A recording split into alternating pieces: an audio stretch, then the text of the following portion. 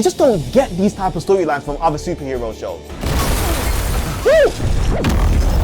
Absolutely amazing. You killed them, Nolan. Can we show this? Welcome back to the Animation Conversation. My name's Michael, your Prime Video Insider, and this week we have a bumper episode for you where we'll be talking about episodes 6 and 7 of Invincible, and we'll be discussing the most epic animated fight scenes of all time. We start partying now. Please, no complaints or spoilers. Don't believe everything you read on the internet. Quick recap of episode 6. The Guardians of the Globe and Invincible are recovering from the absolute beatdown they received at the hands of Battle Beast.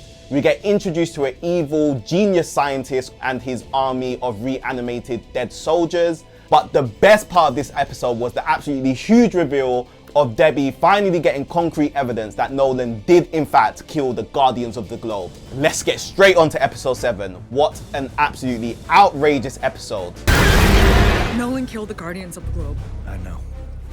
Cecil begins a massive manhunt to try and destroy Omni-Man. You wouldn't dare. I think this is the most vulnerable we've ever seen Omni-Man in the whole season. I mean, they really throw everything at him. And I love how gory and just realistic the fights are. Run now! Shout out to my MVP, Donald Ferguson. Went out like an absolute G. It's been an honor. And then the Immortal returns. The grudge match of all grudge matches. Yes, he's so angry, you can feel the visceral reaction. Wow. It leaves Mark completely devastated, shocked, and confused. You see the man, your father, the best superhero in the world, kill someone who's supposed to be an ally. And what makes it even more shocking was that the whole world was watching. And the episode ends ominously with the words, We need to talk. the veil of the greatest superhero on earth being torn away in such a bloody, violent and gory way. Excellent watching. I need time to process this. You think? The episode titles are something we keep a closely guarded secret here at Prime Video. And that's really to surprise and delight fans of the comic book, because every title relates to a comic book panel. We Need to Talk, You Look Kind of Dead, all taken from the original comic book. Being a geek is cool now, okay? So we asked you for some of your most epic animated fight scenes of all time, and you guys delivered with some absolute crackers. Andreas suggests Dragon Ball Super, Goku versus Jiren.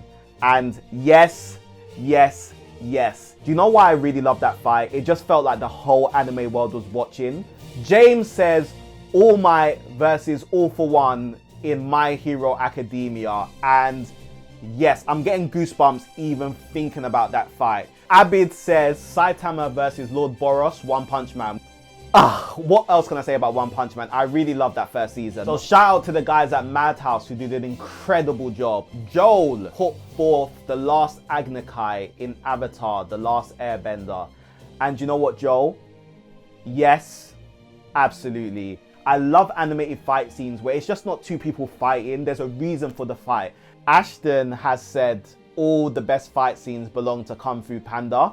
Who doesn't want to see a CGI panda whooping some butt?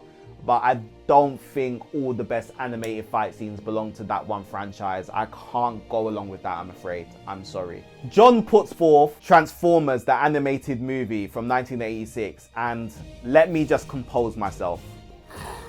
Optimus Prime has one of the greatest entrances in animation history, and he's shooting Decepticons in the most beautiful way. Why do you throw away your life so recklessly? That's a question you should ask yourself, Megatron. Just a nerdgasm.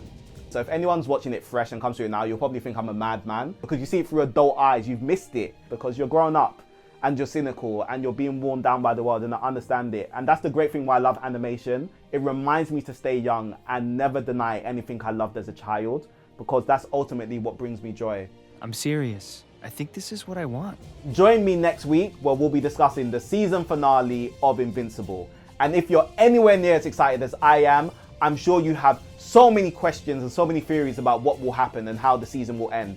So please let me know them down below in the comments. We'll talk later.